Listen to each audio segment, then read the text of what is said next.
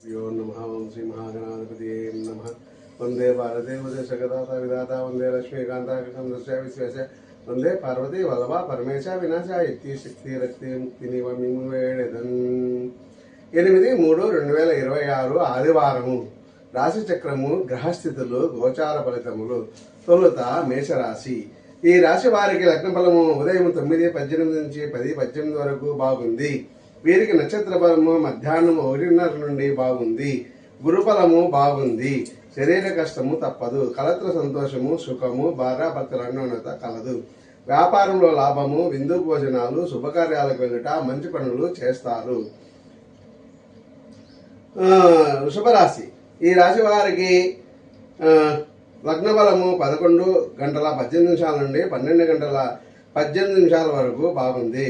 వీరికి నక్షత్ర బలం మధ్యాహ్నం 1 గంట తర్వాత మాత్రమే బాగుంది. శరీర కష్టము తప్పదు. స్వల్ప అనారోగ్యము రావచ్చును. ధనవ్యయము చేస్తారు. ఇంటికి వాహనాలకు సంబంధించిన పనులు ఉంటాయి. తదుపరి మిథున రాశి. ఈ రాశి వారికి 13-18. ఈ రాశి వారికి లగ్న బలము 13:18 నుండి 14:18 వరకు బాగుంది.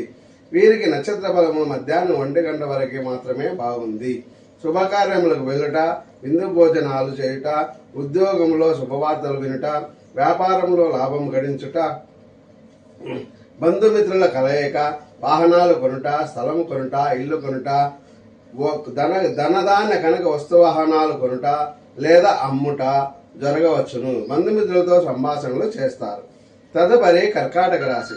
ఈ రాశి వారికి లగ్న బలము 15:18 నుండి 16:18 వరకు బాగుంది.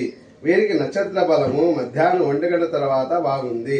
ప్రయాణాలు చేయుట, శుభకార్యాలకు వెళ్ళుట, విందు భోజనాలు చేయుట, ఇల్లు, స్థలము, వాహనము లేదా మరేదైనా వస్తువులు కొనుట తప్పక జరుగును. ఉద్యోగము, వ్యాపారము, వ్యక్తిగతంగా శుభవార్తలు వింటారు. తదుపరి సింహరాశి. ఈ రాశి వారికి లగ్న బలం 17:18 నుండి 18:18 వరకు బాగుంది. ఈ రాశి వారికి నక్షత్ర బలం మధ్యాహ్నం 1 గంట తర్వాత మాత్రమే బాగుంది. పుట్టింటి వారి వల్ల ఆర్థిక లాభము, ఆర్థిక సహాయము జరగవచ్చును.